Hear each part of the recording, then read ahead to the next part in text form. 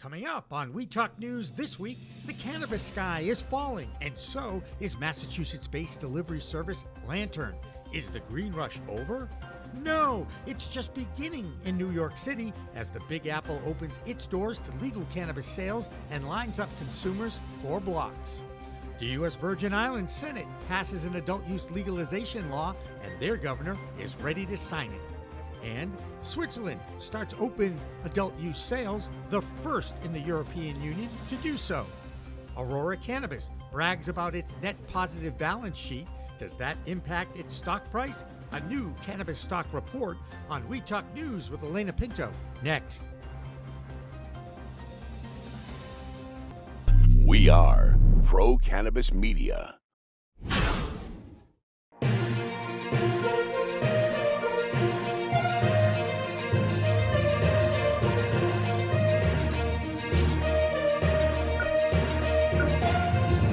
Hi, everyone. Welcome to this week's Weed Talk News, the first of 2023. I'm Elena Pinto, and the new year starts with new frontiers and a handful of new legal markets. While Congress has seemingly failed to deliver on its hopes to deliver federal cannabis reform during the lame duck session, that hasn't stopped states from continuing forward to greener pastures themselves. You can now legally purchase cannabis in Connecticut and New York State, as recreational sales are now in full swing. Although in New York, many in the industry say it'll be a tough road ahead with limited product supply and hundreds of applicants waiting for licenses from state regulators. But nonetheless, 2023 is already looking more green. And it's not just US states. The governor of the US Virgin Islands is expected to sign reforms into law that would legalize cannabis there. So just 2 months after the legislation was filed. The bills in question will legalize adult use cannabis and address expunging records. There's a lot happening on the Great Green Horizon, as well as overseas in Switzerland. And Lex Pelger has that story and more in this week's European Cannabis Report. I'm Lex Pelger from White Whale Creations with this week's European Cannabis Report for Weed Talk News. This month in Basel, Switzerland, they began the very first THC adult use cannabis trial in all of Europe. Named Weed Care, this landmark study is set to open the door to more adult use cannabis trials across the EU. The program has been delayed for 4 months because the supplier, Pure Production, narrowly failed to meet quality standards because of a low level of pesticide contamination. The second round of products passed the safety inspections, and now 2 types of hashish and 4 types of cannabis flower will be available from local pharmacies. And so, the green floodgates open. Here in France, the government has permanently lifted the ban on selling hemp flowers. 1 year ago, they authorized the sale of hemp CBD products containing less than 0.3% THC, such as oil or herbal teas. But they forbid the sale of hemp flowers and leaves despite their huge popularity. Within a month, a public outcry led to a temporary reversal of this order, and now the ban has been definitively dismissed. As the government stated, it has not been established that consumption of flowers and leaves of these varieties of cannabis with a low level of THC would involve risks for public health. For the 2,000 CBD shops in France, this is excellent news. At the EU level, a policy paper was released titled Council Conclusions on Human Rights-Based Approaches in Drug Policy. Driven by the Czech Republic, who currently holds the presidency of the EU, the paper's focus on human rights has it being cheered by drug policy researchers. It encourages the EU member states to promote drug policies that adhere to human rights, address discrimination, and reduce the stigma on people who use drugs. The paper acknowledges the rights of countries to decriminalize personal possession and has a focus on diversity, equality, and inclusivity. This signals a large shift in how the EU member states will be working with drugs and drug users in the future. That's a European Cannabis Report for this week. For more on the science side, see my newsletter on Substack, Cannabinoids and the People. I'm Lex Pelger from White Whale Creations reporting for Weed Talk News.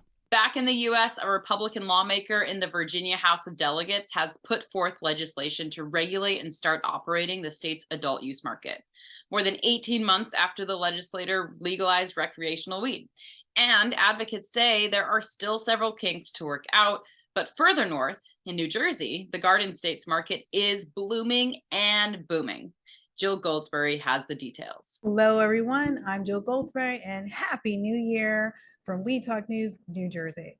Well, New Jersey is starting the year off on top according to a recent report from High Times, New Jersey, and it looks like New Jersey adult use in recreational retail sales hit over $100 million during the last quarter of 2022. Currently, there are 20 adult dispensaries selling recreational products in the state of New Jersey. And according to the CRC, the Cannabis Regulatory Commission, retail recreational sales increased by 46% during this time frame. And the CEO of Vermont Multi-State Operators, George Archos, has actually said that he's very excited about the sales because they are meeting expectations in New Jersey. So that is all wonderful for the multi-state operators. On the wake of the December 29th legalization of recreational sales in New York State, Governor Murphy has put out a statement about this, and this comes from his press secretary, Natalie Hamilton. And I'll read you the statement. New Jersey's industry is serving as a model for other states in the nation and looks forward to continuing our efforts to grow a cannabis industry that reflects the diversity of the state, protects access for medical marijuana patients, and prioritizes justice and promotes equal opportunities for communities of color. That being said, there is a new program in New Jersey that will definitely benefit the minority and small business entrepreneur in the cannabis industry. The program is called the Cannabis Training Academy. It's designed to provide technical assistance to entrepreneurs establishing a cannabis business in New Jersey. It will be run by the New Jersey Action Center, and it will assist entrepreneurs in every aspect of doing business.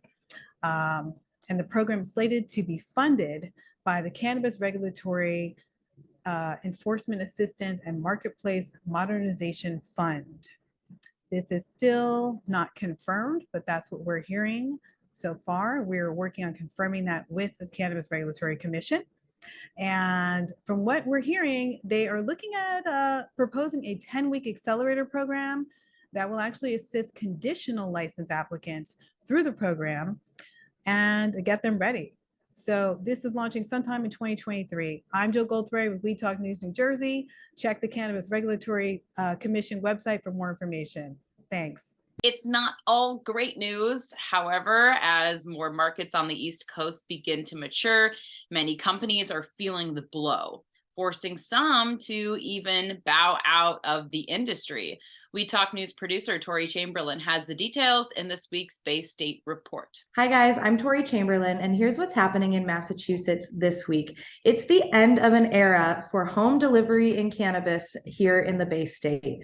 Meredith Mahoney, the CEO and co-founder at Lantern, took to social media this week to announce the end of the company. Now, Lantern was the first company to bring home delivery service here to people in Massachusetts, bringing your favorite products straight from the dispensary to your front door. Lantern was doing so well in the Bay State, they were even expanding their business to other parts of Massachusetts as recently as the summer of 2022. But unfortunately, it seems that with the maturing of other markets around Massachusetts, Lantern just can't keep up. And after 3 years of running its business, they are going to cease operations and will no longer be up and running by the end of this month, which is a pretty quick dissolve of a company. So again, while they say that their business in Massachusetts had been really good, Meredith Mahoney specifically cited something in her post online this week, where she said that due to both the speed of legalization and the challenging regulatory framework that affects all cannabis businesses, both ancillary and plant touching, they wish that every state could approach third-party tech companies the way that Massachusetts did. But unfortunately, Meredith says that's not how regulations are being proposed in key Northeast markets like New York State, which just came online with its market. Unfortunately, this is just another growing pain of the industry when you're doing so well in your own state, but when everyone else starts to get their own market going and you're not able to expand outside of your state lines, that's when things can really start to turn downward. So we're so sorry to hear that for Lantern. And this is another reminder for cannabis consumers to get out there and support your favorite businesses and give them your dollar. That's it for this week's Bay State Report. I'm Tori Chamberlain. While the industry hasn't been kind to all companies, others are seemingly raking in the dough, perhaps even to the point where you could call it bragging rights. Deborah Borchardt explains in this week's Green Market Report. I'm Deborah Borchardt, and this is the business update for Weed Talk News. This week, Aurora Cannabis bragged about its solid balance sheet holding $320 million, but the company neglected to mention that it had almost $600 million in cash just a year ago. Now, the company did reduce its convertible debt, but only by $84 million. And they also noted that they sold their Polaris facility, which did bring in $15 million. However, they neglected to say that that facility has only been open for 2 years, and it is thought that they spent $50 million developing it. Glass House Brands closed on a non-brokered private placement of Series C preferred stock. That raised $4.7 million of new capital on top of the $26.5 million that they raised in a preferred stock offering that closed in early December. Flower One Holdings began its previously announced reorganization plan, and the closing of the transactions contemplated by the plan, which included a Canadian restructuring transaction. And finally, next week, Connecticut will begin selling adult use cannabis in a few select stores across the state. Acreage Holdings, The Botanist, and Verano's Willowbrook each have locations approved for sales. And this has been the business update from the Green Market Report. Now it's time for a new feature on Weed Talk News. It's the Cannabis Stock Report with Doug Miller. Hello, I'm Doug Miller from High on Wall Street with this week's Cannabis Stock Report for Weed Talk News. Aurora Cannabis, stock ticker ACB, announced they closed the sale of its Aurora Polaris facility for a gross proceeds of approximately $15 million. Their balance sheet remains in a net cash position with approximately $320 million of cash and a cash equivalents, including approximately $63 million of restricted cash, which means they have something going on, and their stock chart resembles the same thing. It's looking real good. ETF Weed, stock ticker WEED, is looking to get smoking and go for a run. Hexo, stock ticker HEXO, after a recent reverse split, it's bouncing back and it's ready to get going again. And Cureleaf, stock ticker CURLF, caught my eye, and it looks like it's ready to get moving in the right direction.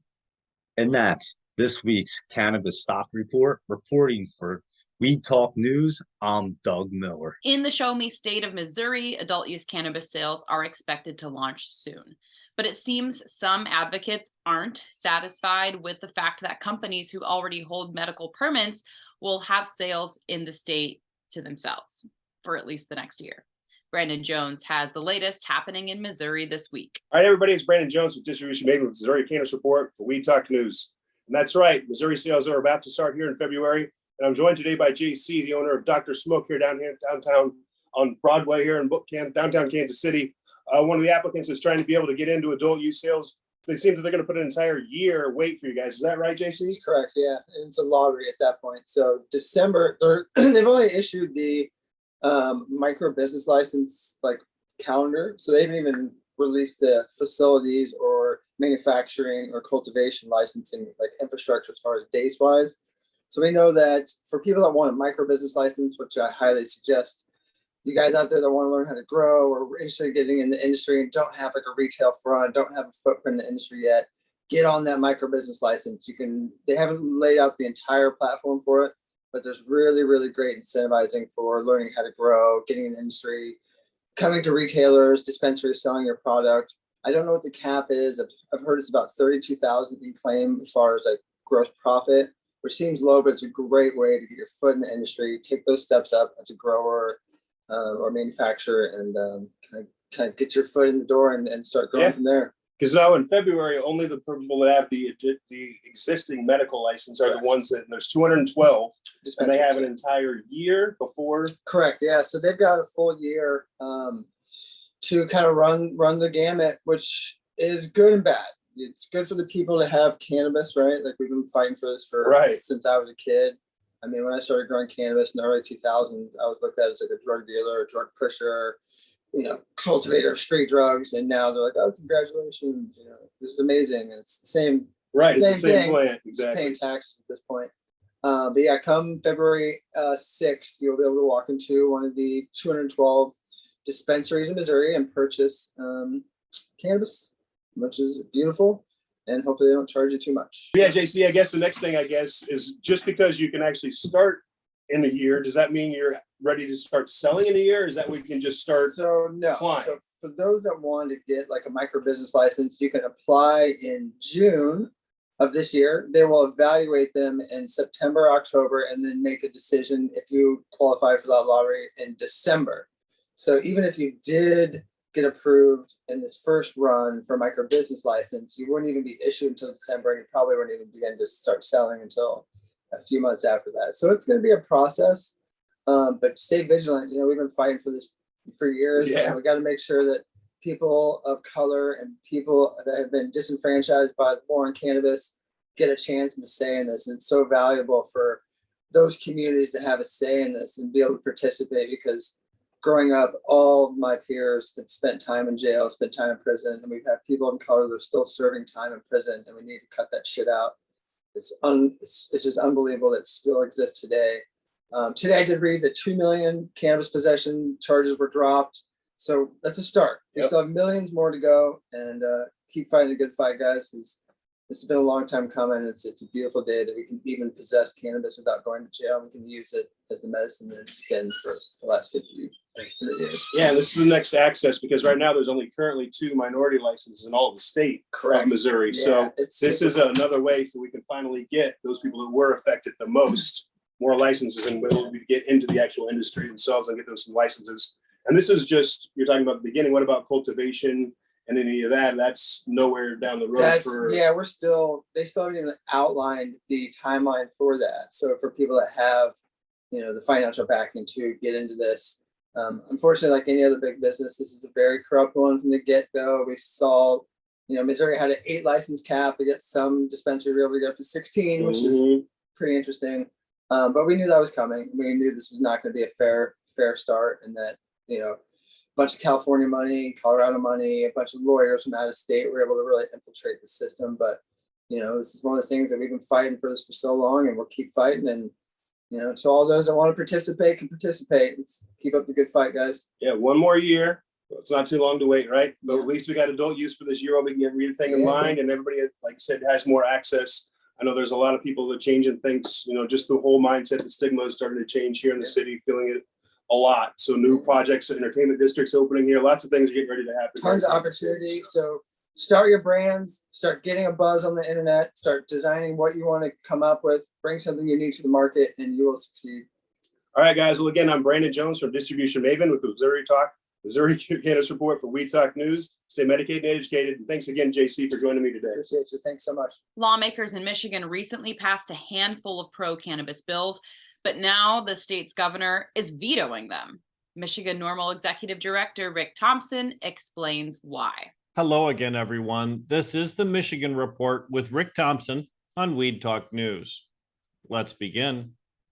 The Michigan legislature passed 3 bills pertaining to cannabis in the lame duck session, which ended early in December. They included, well, it doesn't really matter what they included because Governor Whitmer vetoed all 3.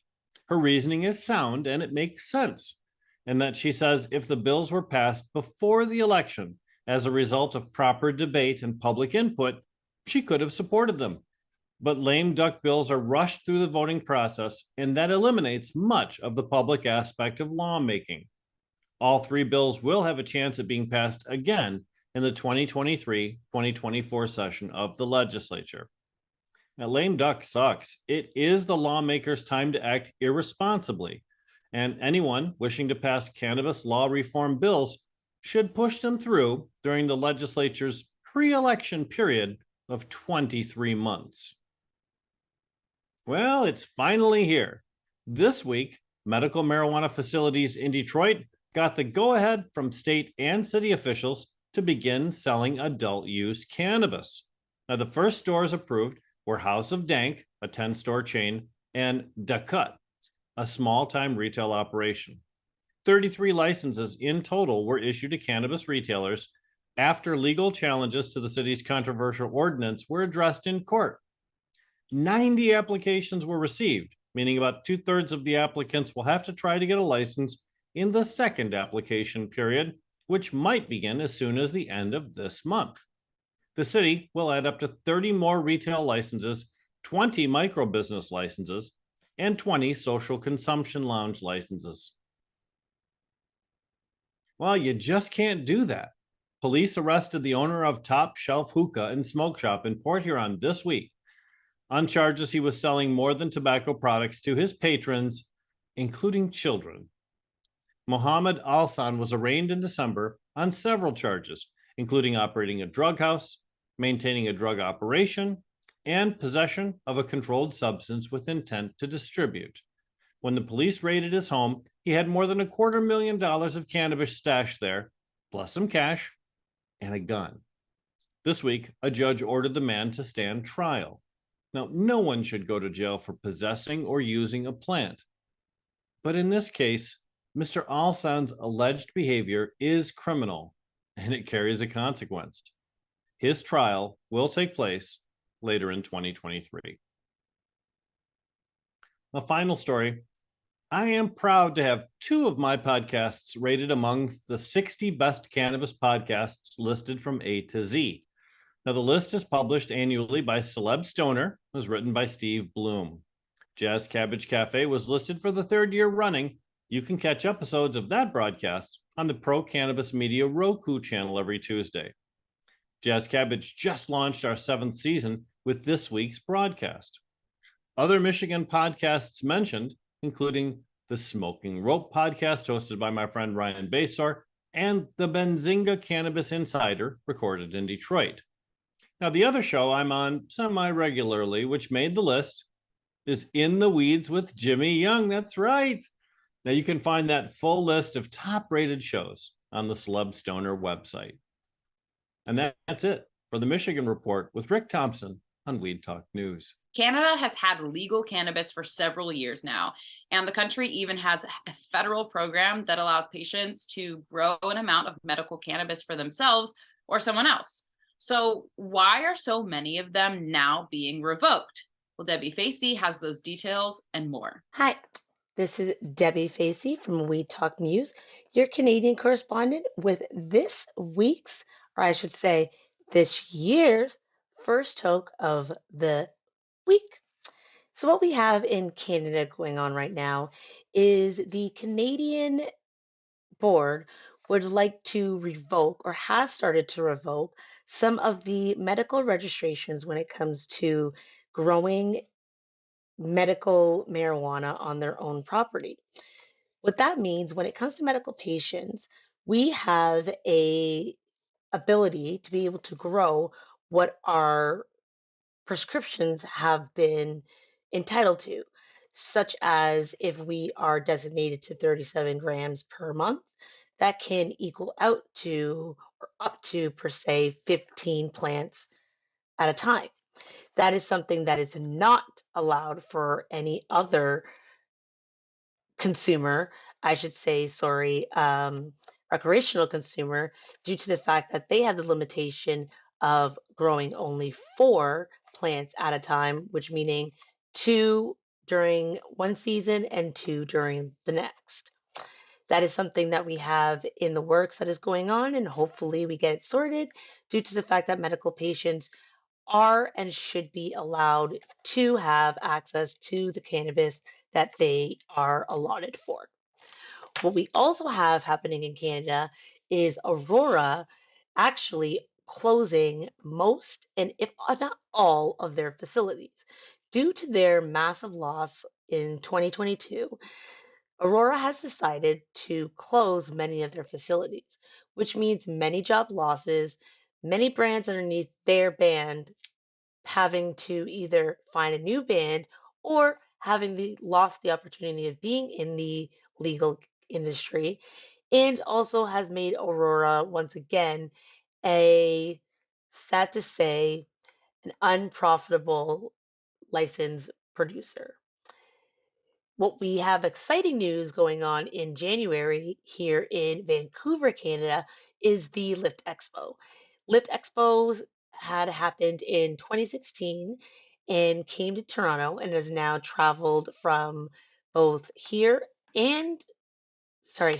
in Toronto and also Vancouver. It is going to be making its first appearance in the States coming up in May.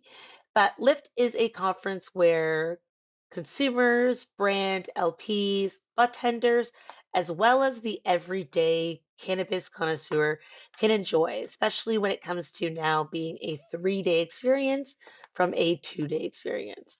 If you're looking for more info, you could always check www.lyft.com to find out more about that event. Once again, this is Debbie Facey wishing, or I should say, hopefully that you all had a great New Year and Christmas holiday. And yeah, this is Debbie Facey, the Canadian correspondent, with this week's Toke of the Week. All seems to be quiet in the US Capitol, with the 118th Congress now convening. The immediate path to federal reform seems uncertain. But that hasn't stopped some in the federal government from trying to see the greener side of things. Vote Pro podcast Phil Adams has this week's Washington, D.C. report. Hi, I'm Phil Adams from Vote Pro Podcast, and this is the Weed Talk News DC report. A federal health agency is promoting a new online resource detailing cannabis research. The National Center for Complementary and Integrative Health recently launched an online directory of ongoing federally funded cannabis research projects, as well as study grant opportunities.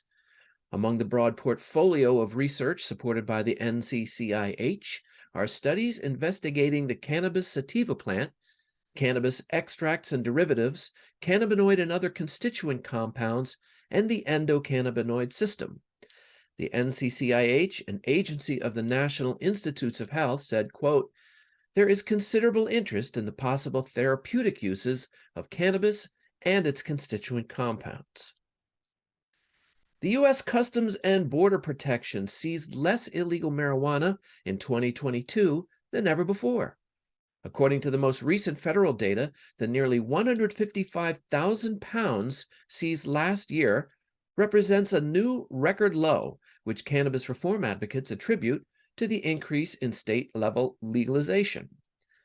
The CPB's annual haul has declined by almost 95% since fiscal year 2012, when it seized more than 2.8 million pounds of cannabis, and is about half of what it was in 2021. Among the contributing factors, experts point in part to a shift in law enforcement priorities, but more broadly, view the trend as a reflection of the growing legal domestic cannabis markets squeezing out demand for smuggled cannabis. The Drug Enforcement Administration also acknowledged in the 2023 budget summary it submitted to Congress that legal domestic cannabis is undermining marijuana trafficking across the border. That's the Weed Talk News DC report for this week.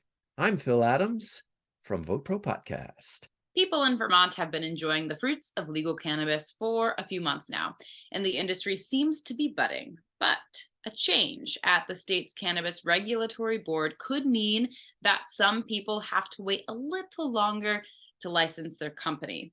Here's Jessie Lindolan with the Vermont Report. I'm Jessie Lindolan from Nurse Grown Organics and Vermont Cannabis Nurses, and this is the Weed Talk News Vermont Report.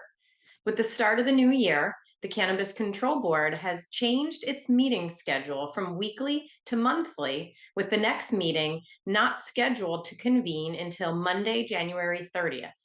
For those waiting on licenses, this means they may have to wait a month before the board can vote and decide on approval. With this change, the Cannabis Control Board will be hosting more networking events for current and prospective licensees to allow the opportunity to share knowledge, ask questions, and connect on a multitude of topics. The first meeting was held on January 5th, entitled New Businesses, Navigating the First Few Years. with the next one to be held on January 24th. On Friday, January 6th, Pine Grove Organics, licensed retailer and branded, hosted a Meet the Producer Day with representatives from Fog Valley Farm manufacturers, offering free cookies and hot chocolate, insight into their edible making, and 30% off all Valley Farm store products. Vermont currently has 37 licensed retailers throughout the state, and we look forward to seeing many more in the coming months. That's the Vermont Report for Weed Talk News. I'm Vermont's cannabis nurse, Jessie Lynn Dolan. The Vermont Cannabis Report is supported by another Green Mountain business, Cannatrol, winner of High Times Best Dry Cure System. Check them out at cannatrolls.com. There's a change in licensing in Illinois, too. The next year could mean a holdout on licensing, depending on who you are. Thomas Howard has those details. Hey, everybody, it's me, Tom, cannabis industry lawyer. You can find me on Cannabis Legalization News on YouTube. And I was shocked with the news out of Illinois while we were off on Christmas holiday break into the new year as well. What happened was on December 21st, the IDPFR, which is the Illinois Department of Financial and Professional Regulation, the IDFPR, they issued a press release, and they also issued definitionals and other eligibility criteria and a proposed form of a new application for the next round of 55 dispensary licenses coming to the state of Illinois, and it is very peculiar. And by very peculiar, I mean the state references a particular rule, then it also attaches to their new procedures that they're going to do with this application, the citation to that rule. If you are following along at home, it's 68 IAC 1291.410(e). And then you go down to 6, and that's where it talks about how to be eligible as a social equity applicant or not in the regulations. But then when you read what the state wants you to do and how you can be actually eligible, they have like a little pictogram that's there. You can go to the IDPFR's website and check it out. It came out on December 21st, by the way. And they say now you have to be all three things, in the sense that before in social equity in Illinois, you had to have either have resided in a disproportionately impacted area for 5 out of the past 10 years, more or less, or you had to have been arrested or be a member of a family who was arrested or convicted of a cannabis crime that was eligible for expungement under the Illinois Cannabis Regulation and Tax Act from 2019. That has now changed. And there used to be that or. IDPFR is reading that or right out of the statute that says now you must currently reside there, A. B, they've gotten rid of the Illinois resident in the disproportionately impacted area because they needed to use census data to redefine that to get around a Dormant Commerce Clause challenge. So they have, which means that now anybody can apply. It's a little different though, because if you actually read the regulation that they cited, that 410E, they still use the term Illinois resident in disproportionately impacted area, but then they've changed the definition of disproportionately impacted area to use census data, which means they could be anywhere, but they still say Illinois resident. So they have some litigation risk there. But it doesn't seem like the IDP, I sometimes call them the IDPF as opposed to the IDFPR. They don't really care, it appears. Despite the regulations saying that, they've created a procedure that completely disregards what the regulation says. And not to mention that they haven't defined the statutory definition of these things and amended that. So I'm not sure if the regulator has the authority to conduct the dispensary lottery, how they purport to do it, meaning that you must currently reside and have one of, and they have many different ones in the lottery. They have like one of the things is being food stamps. You could be eligible for food stamps. Here's the 5 criteria ones that they're calling it now. Poverty level census tract, SNAP level census tract. SNAP is food stamps, and poverty and SNAP, 20% is the threshold. Food desert census tract. Medicaid supplemental security income, Social Security disability income, and or subsidized housing is one of them. And then the final one is high school graduation tract of census lands. If many people don't graduate from high school where you currently live and have lived for 5 out of the past 10 years, and you can prove that, that also makes you eligible under criterion 1. Criteria 1. Now we're going to go to the other criterion, number 2. That is, you also now need to have been either arrested for cannabis or a member of a family who was arrested for cannabis. And this is where you get an or. A new or, you could be a victim of a gun crime. And all 3 of these aspects are required. When you read the press release that they have there, and I've created a new blog post on this over at my law blog, cannabisindustrylawyer.com, and I've excerpted from it and linked over there to what they have. They make sure that they restate this. You know, a top participant or a lottery winner is what they mean. They must have proved each one of those 3 bullet points. Again, you must currently reside there. You must have been there for 5 out of the past 10 years. And you have to qualify under criteria B, meaning that you're a victim of a gun crime, a family member of yours was arrested for cannabis, or you were arrested for cannabis. I don't know how this is going to play out, because those are eligibility gates. You can't play the lottery unless you are those 3 things. But then when you read the regulation about what they say, it says something totally different.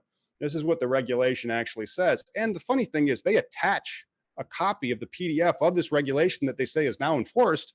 And so when you read the 2, your mind starts to split in half. You're like, what is going on? How can this and that also be true? Because what they're doing directly contradicts that regulation. And that regulation does redefine social equity. Does the legislature actually need to do that? Anyway, let's go over what the regulation says. Now, the regulation says you need to prove one of 2 options. Option 1 is that you are a 51% owned and controlled by a person who resided for 5 out of the past 10 years in a DIA. And again, DIA has now been defined as being anywhere because it's a census tract information. Or, and now you have conditional language again, or that is the arrest or the family member arrest. So those are the 2 option 1s. And if you have one of those 2 things, you're eligible according to the regulations, but not the actual application released by the department.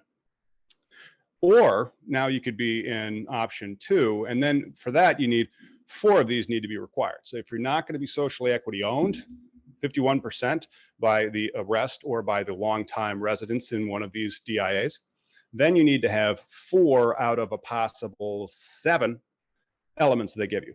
Number 1, 26% owned social equity. Number 2, you will locate and operate your dispensary for 2 years in a DIA. Number 3, during the first 2 years, at least 25% of your cannabis will be coming from social equity license holders.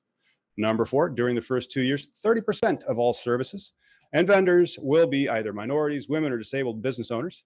Number 5, you will give a $250,000 community college grant and provide membership within the first 2 years of operations.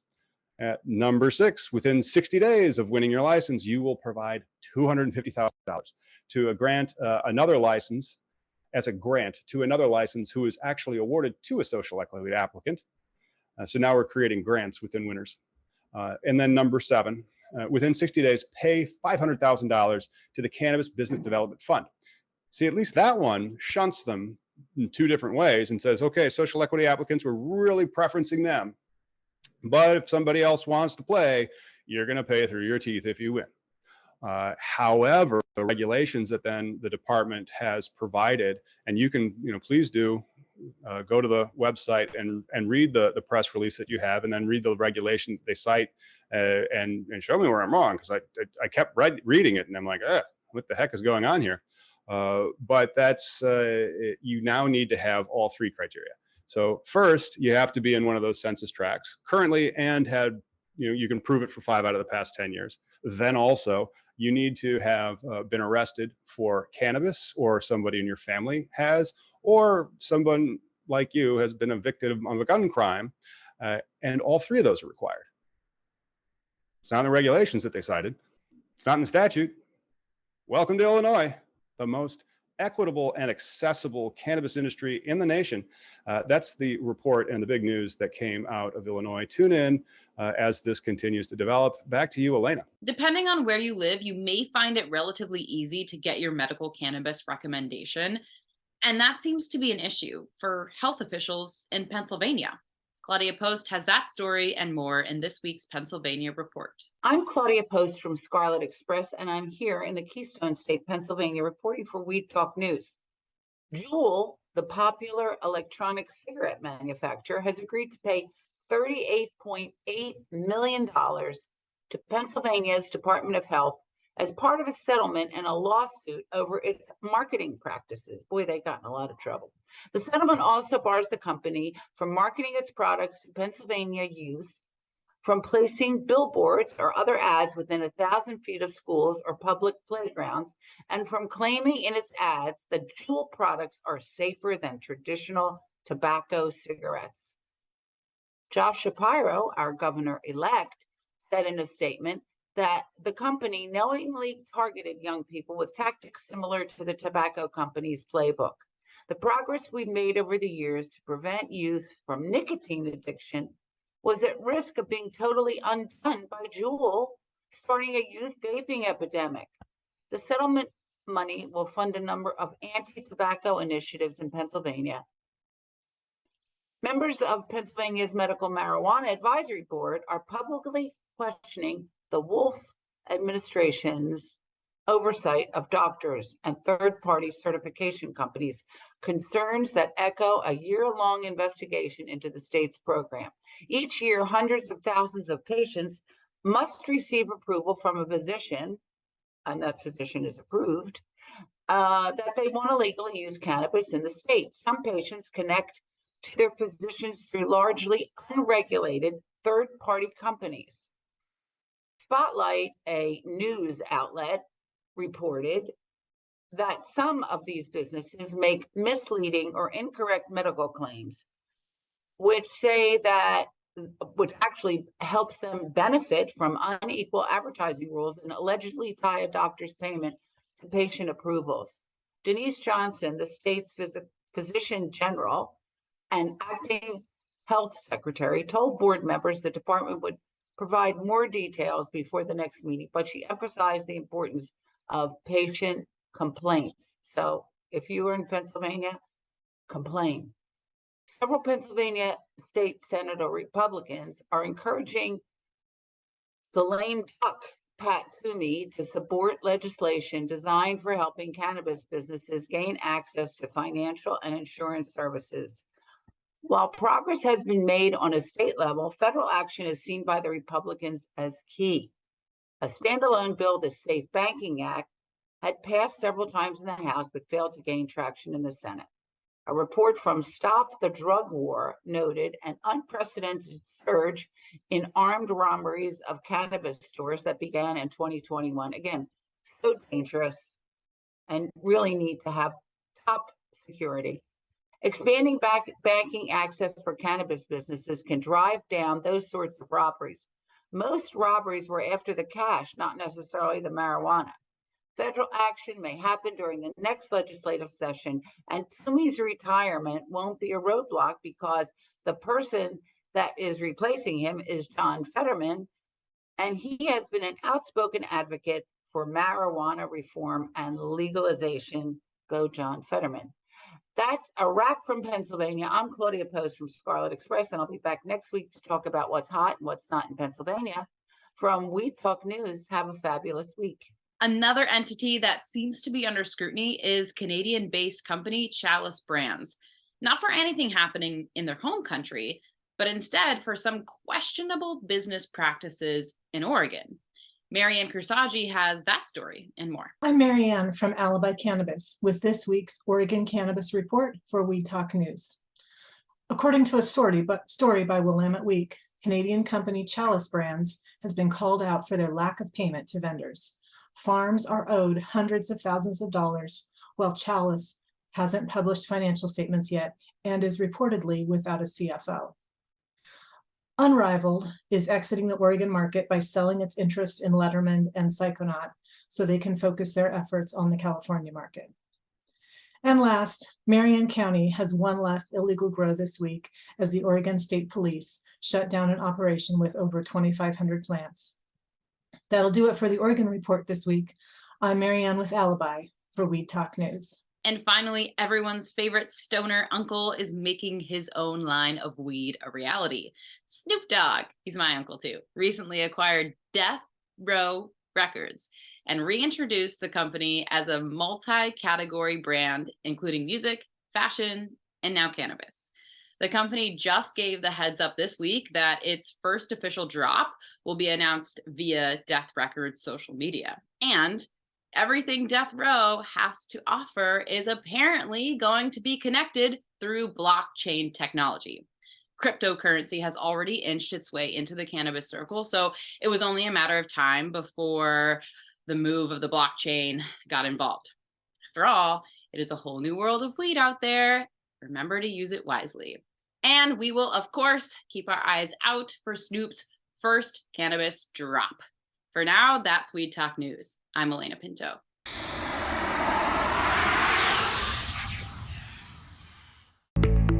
It's a whole new world of weed out there, isn't it? Everyone is learning new ways to titrate, ingest, consume, imbibe, and engage with this plant medicine we call cannabis. Hi, I'm Jimmy Young, the founder of Pro Cannabis Media and the host of In the Weeds, and once in a while, the really live business cannabis talk show we call Green Rush on Friday afternoons from 4 p.m. to 6 p.m. Eastern. Now let me tell you my cannabis story. You know, I've had 4 major surgeries in the past 23 years and suffer from osteoarthritis with a variety of metal parts in my body and one on deck. Now, thanks to those chronic pain issues, I've been a medical patient in Massachusetts for almost 10 years now. I remember my first trip to a dispensary just outside of Boston, and I told the bud tender I didn't want to smoke it anymore, so I tried edibles, then tinctures, then vaping, and now, if I'm going to smoke, I only use the Weegits filtration system. What? The Weegits.com, Weegits, that's weed, W-E-E-D, G-E-T-S.com, is where you'll find the planet's coolest product that cools the smoke from everyone's favorite flower. Now, the guy that started this was a pretty good medical device manufacturer, and he created this maze pipe that cools the smoking process from 1300 degrees Fahrenheit upon inflammation down to just 90 degrees when it reaches your mouth. That's right, 1300 down to 90. That's why this maze pipe is amazing. So here's how it works. You start with that glass bowl, you flame on, and then you inhale nice and smooth so the smoke goes through 3 different filtration and cooling systems. Now, if pre-rolls is your thing, you can use the Weegits filter that a pre-roll fits into perfectly. That's right, or even a chillum. The more filters, the smoother the draw. Best of all is the price. You can get all this, or one or the other, for just a few bucks. It'll cool your smoke and you'll give your lungs a break. Now, add in the code of PCMTV and you get 15% off. So just go to Weegits.com and check out the best way to enjoy a cooler smoke with less coughing and hacking and more peace of mind. All that resin and tar is collected in the polyurethane filters that are easy to clean with soap, water, and a few Q-tips. Your lungs will thank you, and so will I.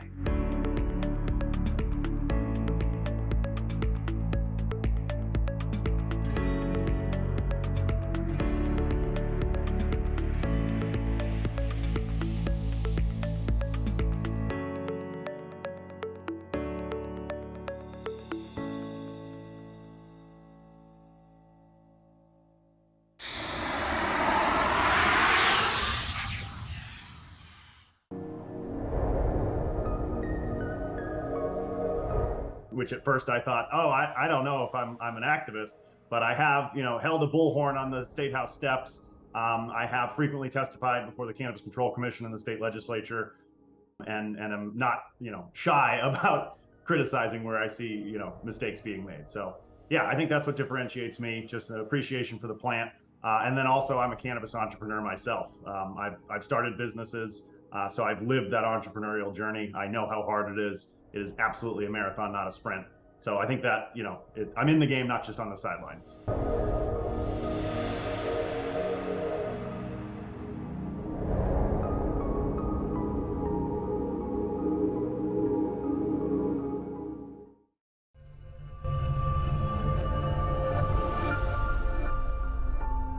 As a broker, we have access to many, many cannabis carriers. So I will go in with 2 or 3 quotes for people. The quotes might be $20,000 for one, $22,000 for another, $17,500 for another. Pretty close among the 3. What I tell people is it's not the pricing, it's what's included and not included, meaning exclusions. An exclusion in layman's terms is just something that's not included. It's not on the menu, so it's just not included. But if you don't know that, if no one shows you that on page 71 of a 150-page policy, you're not going to know. No one knows. I never met one person that says they read an insurance policy. If you do, I got some property in Florida for you.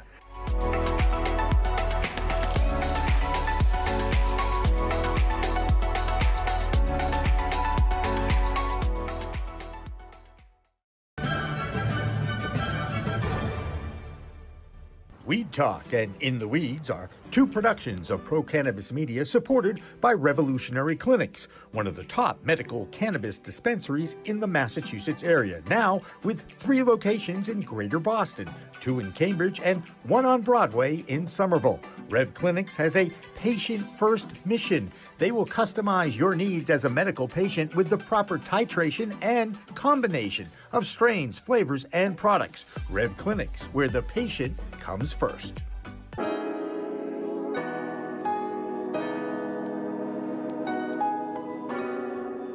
So the reality of the matter is, big banks and small banks are going to be different in a lot of ways. And they're both going to have their advantages and disadvantages. For a business like cannabis, you really have to have an integral knowledge of that business and a real granular knowledge of that business and the players involved in it. And that's why if you look at the banks that are successful to play in this space in Massachusetts, they are smaller banks that are very heavy, intensified personal touch, human communication, where you don't get a lot of that with the bigger banks.